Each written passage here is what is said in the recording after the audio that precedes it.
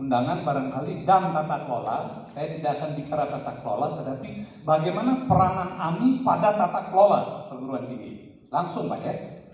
Jadi apa peran AMI dalam manajemen perguruan tinggi, itu yang saya mau sampaikan. Ya.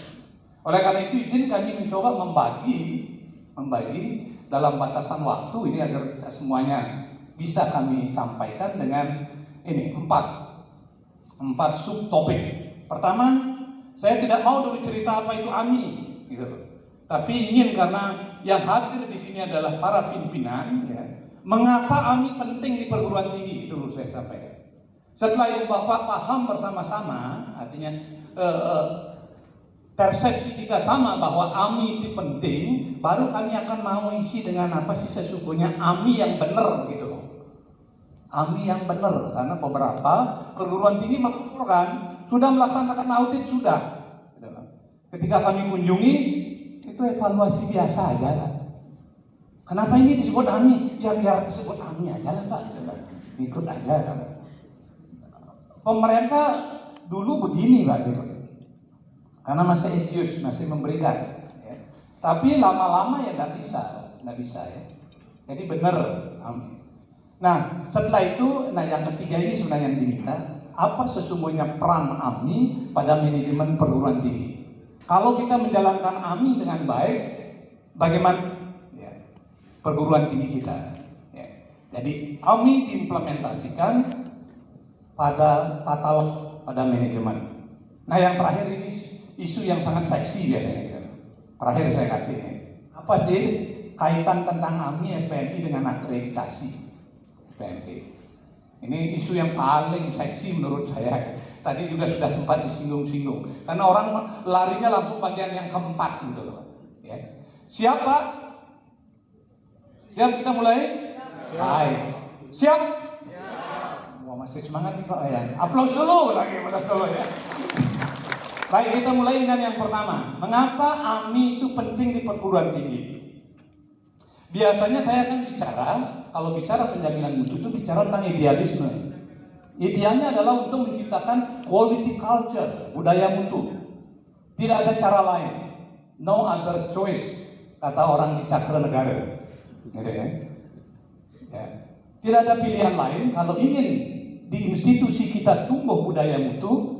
AMI harus dijalankan, audit mutu internal, evaluasi itu harus dijalankan. Ya. Seberapa bagusnya standar yang tadi sudah disampaikan, tapi kalau standarnya hanya berupa dokumen, saya ulang lagi berupa dokumen, ya. Karena beberapa minggu yang lalu saya masih bertemu dengan beberapa teman mengatakan, Pak saya sudah implementasikan SPMI, buktinya saya sudah punya dokumen. Hanya karena punya dokumen, ya saya nggak tahu arti ketawa ibu apa tadi deh. Ya mungkin artinya ya saya sudah punya dokumen, saya sudah implementasikan SPMI, masih jauh panggang dari api itu Pak. Itu baru perencanaan namanya. AMI ini audit mutu internal, setelah dijalankan baru terasa sistem tersebut. Oleh karena itu budaya mutu itu akan terjadi tatkala kita melakukan evaluasi. Salah satu bentuk evaluasinya adalah audit. Nah kalau saya bicara tentang idealisme, kabur para pimpinan Pak lari gitu loh. Oh itu kata Pak Sadel yang di PTN gitu loh. Kata orang di Jakarta ya begitu, kami kan di PTS. Oke kalau nggak mau itu saya pakai alasan yang kedua. Nah Bapak sudah mulai ketawa kan? Peraturan perundangan. Itu yang memaksa harus Bapak melakukan audit. Kalau tidak tutup, Pak Wayan nyuruh merger dulu gitu loh. Ya. Kenapa? Karena dulu ketika mengusulkan untuk membuka prodi atau membuka perguruan tinggi, semua itu checklistnya memenuhi kan? Oh, punya ini punya syarat dosen punya uang punya, semuanya punya. Keluarlah izin pemerintah. Pemerintah itu siapa Pak? Ayo bisa jawab siapa pemerintah? Sangat abstrak sekali ya. Apakah Pak Wayan pemerintah? Apakah Bu Dewi? Apakah Pak Fatur Rahman? Apakah saya? Apakah Bapak Ibu? Ya. Kan tidak bisa bilang pemerintah gitu aja kan? Kita juga yang memberikan izin karena melihat siagaan Bapak untuk membuka perguruan tinggi? Well, disediakanlah SK tersebut. Tetapi Bapak dalam perjalanannya tidak mematuhi apa? Perundang-undangan. Peraturan perundangan. Jadi kalau ditutup sah nggak? Sah. Sangat sah. Jadi jangan disalahkan. Lalu jangan lagi merengek-rengek. Saya kan di NTB Pak. Saya jauh dari Jakarta. Saya dari NTT. Saya nggak ada itu. Ya. Oke, belum mau percaya Bapak tentang peraturan perundangan, masih bisa dibohongi. Ini sekarang akreditasi. Ya nggak, ini yang isu paling seksi saya katakan. Kalau tidak diakreditasi kan udah jelas-jelas ditutup, ya kan? Iya nggak? Iya apa iya? Iya pasti. Itu kan iya apa tidak? Iya pasti gitu. Nah oleh karena itu, mengapa AMI penting? Karena ketiga alasan ini. Saya ambilkan gambar ini adalah khasanah kita dari timur. Ya. Yang budaya mutu itu adalah bicara tentang idealisme. Sedangkan yang dua belakangan ini itu adalah bicara tentang realisme. Ya saya pinjam aja bahasa yang kasarnya, pragmatis gitu loh. Beberapa pimpinan kan pragmatis, iya enggak? Iya, gitu jawabannya. Saya mau jalan kalau saya memenuhi peraturan perundangan, saya mau jalan kalau tidak diakreditasi dengan baik, yuk baru suruh gitu loh. Kalau bicara idealismenya nanti. Tetapi kami mencoba menggabungkan yin dan yang katanya orang. Ya. Seimbang. Ayo tepuk tangan dulu Pak untuk yin dan yang ini. Jadi kita idealisme dan pragmatisme saya coba sandingkan. Setuju sekarang betapa pentingnya ini Pak? Iya, itu saya katakan orang cakra mengatakan no other choice, nggak ada pilihan lain Pak. Sangat penting. Jadi Bapak yang duduk di sini, nanti pesannya Pak Wayan kalau pulang ke masing-masing perguruan tingginya, mari kita lihat sampai di mana SPMI kita. Apakah sudah sampai audit? Itu ya. Belum saya udah jawabnya tadi. Oke, kita lihat sekarang. Loh.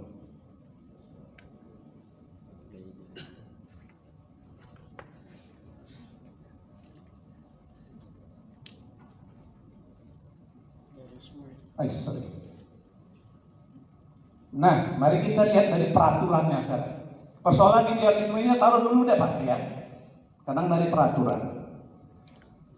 Pak Prof Cardano tadi sudah menyatakan selain Undang-Undang Nomor 12 tahun 2012 kemudian dijabarkan dan sampai sekarang peraturan itu masih berlaku adalah peraturan Menteri Ristek Dikti yang 62 2016.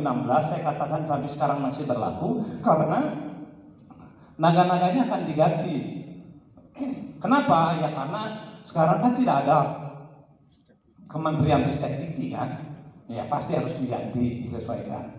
Ya tetapi sebelum ada penggantinya, dan saya kira ini juga saya sudah melihat draftnya, tidak akan banyak berubah. Isi dari Permen Ristek Dikti 62 dan pasal 5 ayat 2 tadi dikatakan SPMI, Sistem Penjaminan Mutu Internal. Tadi Pak Cardano sudah menyampaikan, ya, sebuah sistem yang dilaksanakan, dibuat oleh perguruan tinggi secara otonom, ya, untuk menjamin penyelenggaraan pendidikannya yang sesuai dengan apa yang dijanjikan dengan standarnya, secara otonom, berencana dan berkelanjutan. Nah, dalam pelaksanaannya tersebut, baik undang-undang maupun peraturan di sini, peraturan Menteri Permenristek Dikti nomor 62 mengatakan SPM itu memiliki siklus penetapan standar yang pertama kan, P pertama, PPEPP, ya enggak Pak? Menetapkan standar. Kalau saya tanya, semua perguruan tinggi sudah punya standar? Sudah ditetapkan. Yang kedua apa Pak? Pelaksanaan standar mungkin sudah dijalankan. Yang ketiga, evaluasi pelaksanaan standar pendidikan tinggi, kita sebut standar pendidikan tinggi. Ini pun masih bisa jawabannya sudah gitu loh. Ya. Kemudian pernah enggak yang keempat, pengendalian pelaksanaan standar. Setelah ada evaluasi, lalu kita coba bersama-sama mengevaluasi hasil evaluasi tersebut yang kita sebut dengan pengendalian pelaksanaan. Mungkin jawabannya mulai kurnya tadi yang kompak hilang. Kemudian tanya yang terakhir, peningkatan standar. Mungkin sama seperti tadi, tidak bisa kompak goalnya. Nah Ibu dan Bapak, saya tidak ingin menceritakan itu, tapi ayat 2-nya.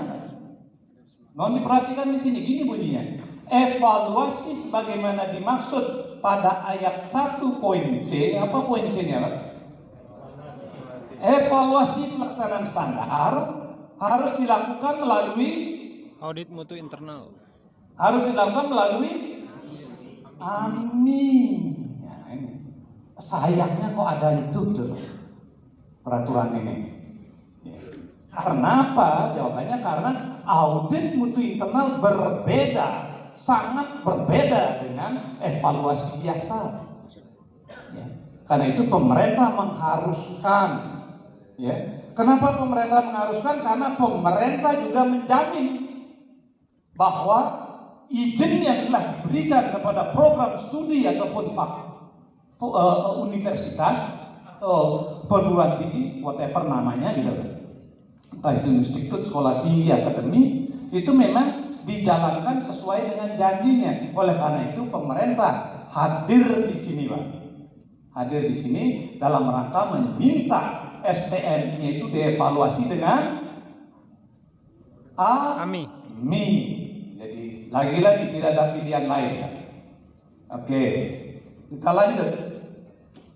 Waduh, sudah mulai bikin baterainya saya di sini. Oke.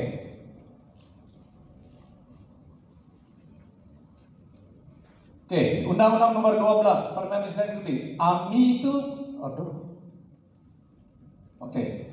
ini yang saya mau cerita ini adalah yang pertama. AMI itu adalah bagian dari SPMI, ya kan? PPEPB. Pada E-nya itu diharuskan ada AMI. Oleh karena itu, AMI itu bagian dari SPMI.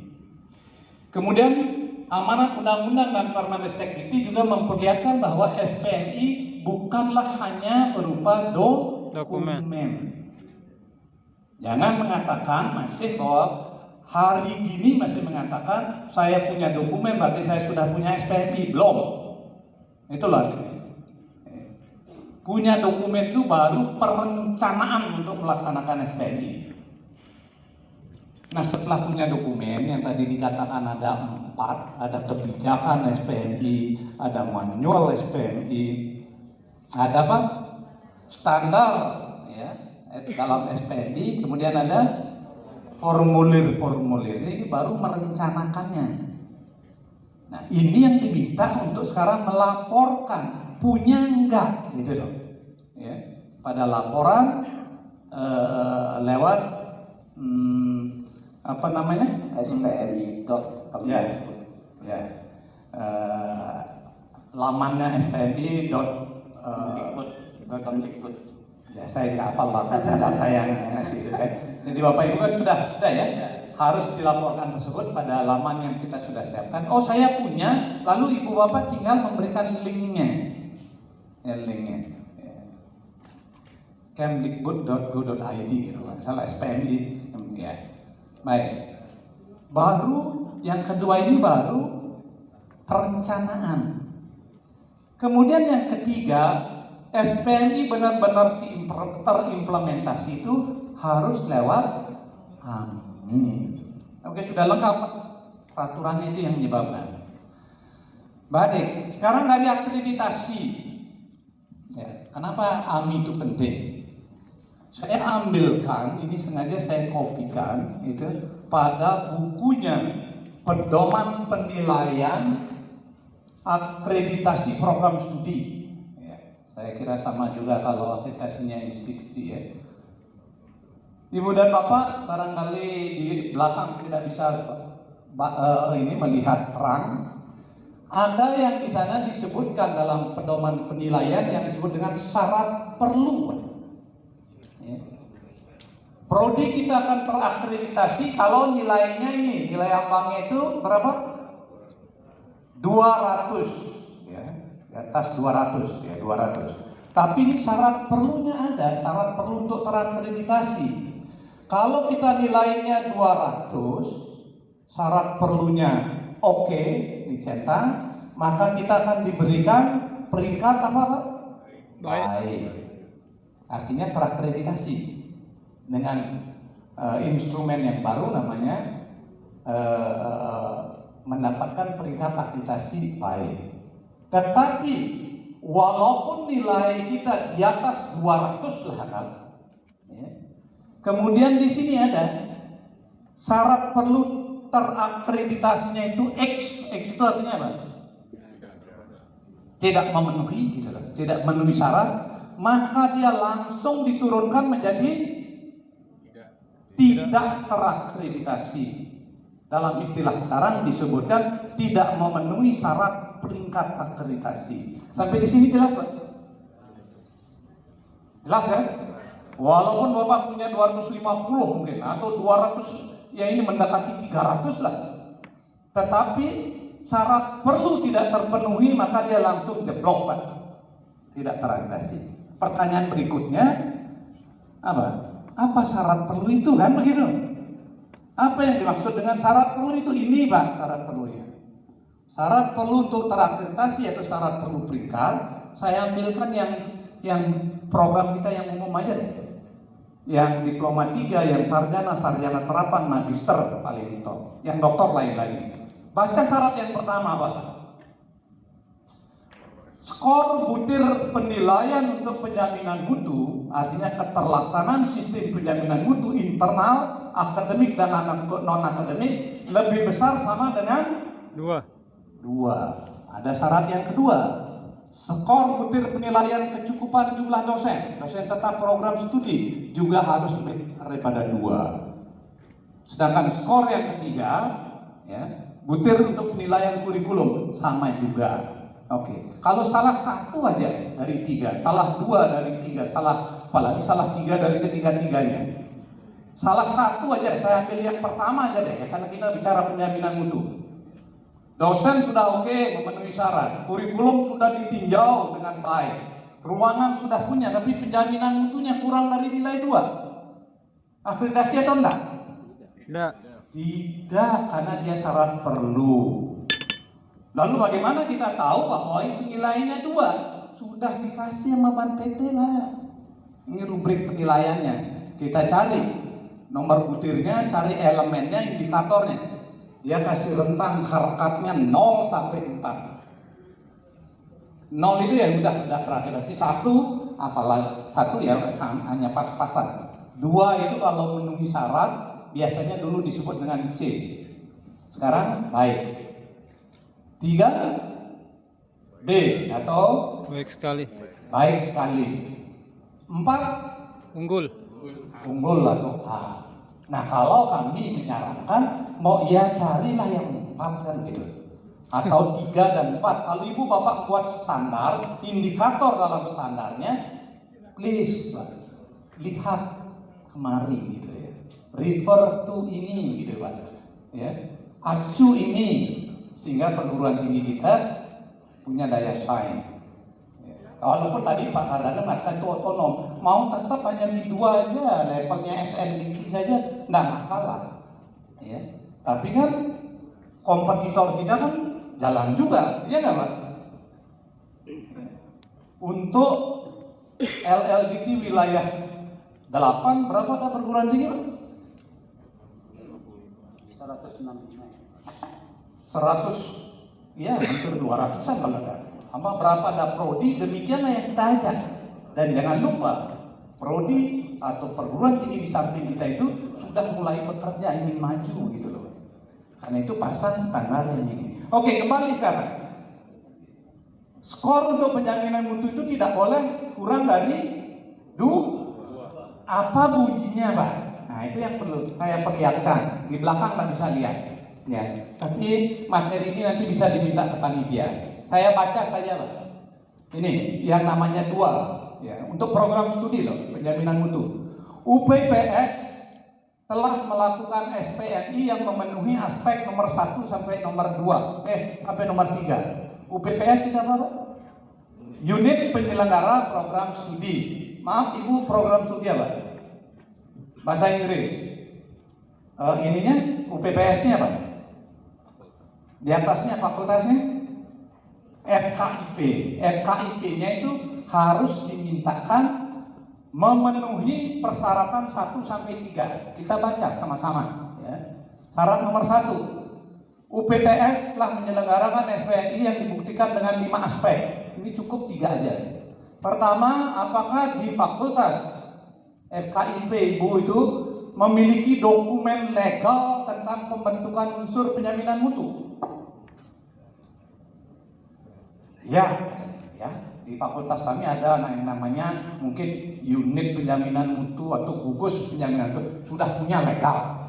Kalau enggak bisa dibuatkan, minta rektornya nanti buatkan. Iya kan? Ya, upload dulu dengan trik seperti tadi kan, gitu kan? Masih bisa.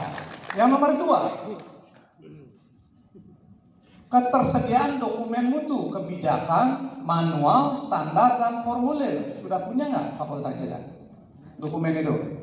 Punya, upload dulu ya. Kalau belum, tinggal pinjam punya orang lain kan, copy paste kan begitu. Begitu. Ya, tapi jangan itu dilakukan. Oke, yang nomor 3 sekarang. Terlaksana siklus penjaminan mutu, yaitu siklus PPEPP. Gimana Pak? Sudah melakukan audit? Yang namanya PPEPP kan itu menetapkan sudah, melaksanakan sudah, mengevaluasi sudah. Evaluasi harus dilakukan dengan cara sudah audit enggak? Udah mulai bingung jawabnya gitu. Yang tadi kan semangat sudah gitu. Sekarang udah mulai memenuhi nggak ketiga syarat tadi? Jujur katakan belum. Kalau belum seharusnya tidak terakreditasi, tetapi pemerintah masih begini dia. Nah, tepuk tangan dulu untuk pemerintah. Apakah ke depan kita akan tetap minta tolong begitu? Tidak. Yuk sama-sama lakukan ini. Ya, kita buat peraturan bukan untuk dibohongi. Ya, ya nggak Pak? Iya, saya tidak tanya iya apa tidak. Iya apa iya. Karena kita adalah insan yang diminta oleh Mas Menteri, oleh Presiden itu untuk menyiapkan apa? SDM yang punya akhlak. Loh, kalau dosennya, institusinya bohong, bagaimana jadinya? How dia imagine, itu Pak, dia dosen sastra Inggris mengatakan gitu. Kalau saya bilang imagine itu ingat John Lennon gitu loh, salah satu lagunya. Bagaimana kita bisa bayangkan kalau kita dosennya kencingnya lari institusinya, ya, mungkin mahasiswa kita bukan hanya lari ya, dia kencing gitu loh. Muncrat aja semuanya di situ. Ya kayak begitulah yang kita hasilkan. Dan jangan lupa, perguruan tinggi di Indonesia itu yang lebih banyak apa Pak? PTS mahasiswanya. Kalau mahasiswa ini akan menjadi seperti itu, hasilnya seperti itu, dialah yang akan memegang tampuk pemerintahan kita ke depan. Dialah yang memimpin kita. Kita itu saya sama dengan Bapak, anak kita, cucu kita. Marilah kita bersama-sama ikuti Pak, ini kan bagus gitu. Ya, stop dulu kita berbohong. Oke, sudah Pak ya? Dari 3 ini saja kita tidak terakreditasi. Nah, kalau bisa sebenarnya kalau mau nyari yang ini punya 5 setelah nomor 3 itu kita lihat 5 aspek tadi. Ada bukti sahih efektivitas pelaksanaan, memiliki external benchmarking. Baik, sudah Pak? Ya. Yang berikutnya ini nanti saya keluarkan lagi. Ini sistem penjaminan mutu juga. Ya. Kalau ini di perguruan tinggi harus 2. Ya. 2 itu perguruan tinggi yang tadi kan untuk program studi. Ini perguruan tinggi. Ada perguruan tinggi yang belum terakreditasi? Nggak ada. Semua sudah ya. Oke. Lihat yang 2 ini. Kan harus lebih besar daripada 2 kan? Perguruan tinggi harus memenuhi ke-5 aspek di sini. Punya nggak organ fungsi SPNI di perguruan tingginya? Punya. Punya nggak dokumen? Punya. Punya nggak auditor internal? Itu nomor 3 udah kayaknya. Udah mulai nanya. Ya. Kapan? Dimana saya harus lakukan audit Pak? Kan begitu. Saya belum punya auditor. Jadi Pak Wayan tolong ini jadi catatan ya. Saya formal aja ngomong sekarang ya. Ya. Karena teman-teman bingung dia nggak, kemana saya harus berlatih. Saya dapatnya dari beliau. Bingung Pak Sadar kemana teman-teman kita di wilayah 8 di sini mau latihan audit. Ya ke LLDT. LLDT belum tentu ada kegiatan tersebut. Jadi bingunglah dia, ada yang ke Bandung, ada yang ke sini, ada yang ke sini. Yang juga kadang-kadang kualitasnya masih perlu kita pertanyakan. Kan begitu. Akhirnya asal punya saja. Ya, jadi catatan Pak ini. Ya, baik. Beliau yang menyampaikan nanti ya bukan saya beda ya. Baik. Kemudian ada nggak audit boro-boro? Itulah mengaudit aja belum pernah. Lalu yang terakhir apa tadi? Ada nggak bukti tindak lanjutnya? Oh, itu. Kalau perguruan tinggi sudah melakukan ini, baru pantas mereka terakreditasi. Ya, aplaus dulu untuk kita yang sudah terakreditasi kan. Kita sudah melewati itu walaupun tidak memenuhi syarat itu. Ya. Saya juga tidak naik lalu Bapak kembalikan pulang dari sini. Wah, mana kerjanya kita balikan ke BPT. Jangan itu, konyol itu. Konyol. Yang baik adalah mari kita ikuti ini, ya kan? Iya, baik. Nah ini nanti aja saya ceritakan, ada lagi syarat lainnya Pak. Nanti di belakang aja ketika kita bicara hal yang seksi tadi. Bagaimana kaitan AMI dengan akreditasi. Baik, setelah Ibu Bapak memperhatikan saya, gitu loh, saya lihat itu sampai ke belakang pun tadi masih ada yang pelak-pelak gitu loh. Oh betapa pentingnya AMI, mari kita sama-sama persepsi kita samakan. Apa yang disebut dengan AMI? AMI itu adalah proses pengujian yang sistematik, mandiri, dan terdokumentasi untuk memastikan apakah pelaksanaan kegiatan di perguruan tinggi itu sesuai dengan prosedur. Ya.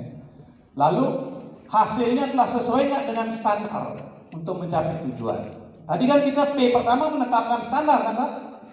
Lalu audit ini dimaksudkan untuk sebuah pengujian, proses pengujian untuk melihat secara sistematik. Yang namanya sistematik itu terencana banget ini Pak. Bukan evaluasi biasa ini. Audit itu adalah evaluasi yang sangat terencana. Kemudian mandiri.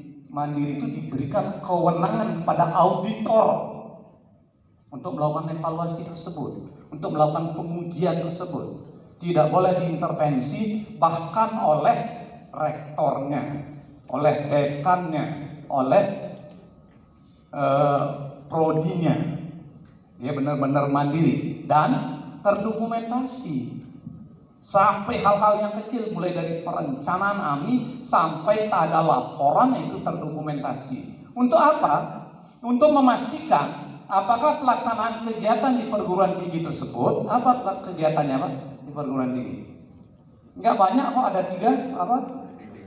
Pembelajaran, penelitian, dan pengabdian. Apakah ketiga dharma ini sudah dijalankan sesuai dengan prosedur yang dibuat oleh siapa? Dibuat oleh perguruan tinggi itu sendiri. Kan Bapak sendiri yang buat prosedurnya kan? Kalau ujian skripsi seperti ini, kalau mau ujian akhir seperti ini, buat prosedurnya. Tapi nggak pernah kita lihat benar sesuai nggak dengan prosedur. Auditor yang akan melakukan pengujian terhadap itu. Apakah prosedur saja? Tidak. Apakah hasilnya nanti telah sesuai dengan standar? Siapa yang buat standar? Perguruan tinggi itu sendiri. Dia punya 24 standar kah?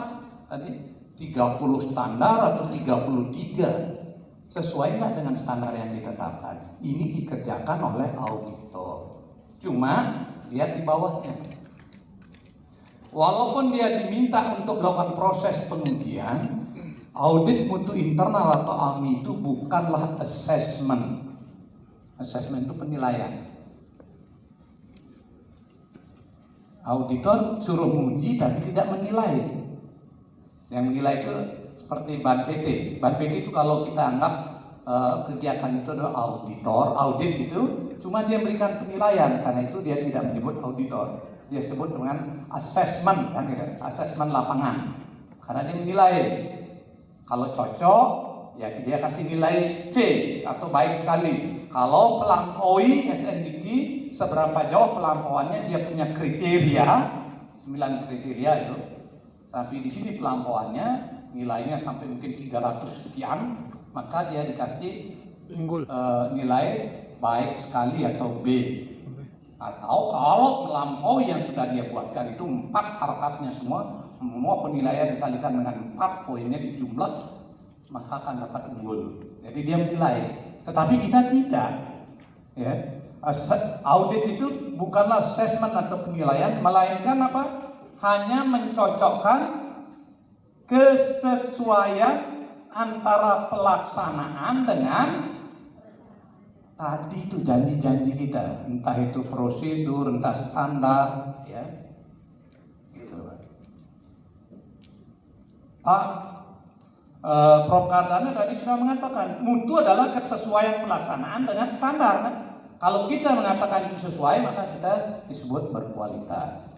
Jelas Pak ya? Itu yang disebut dengan AMI. Jadi kita sepakati dulu.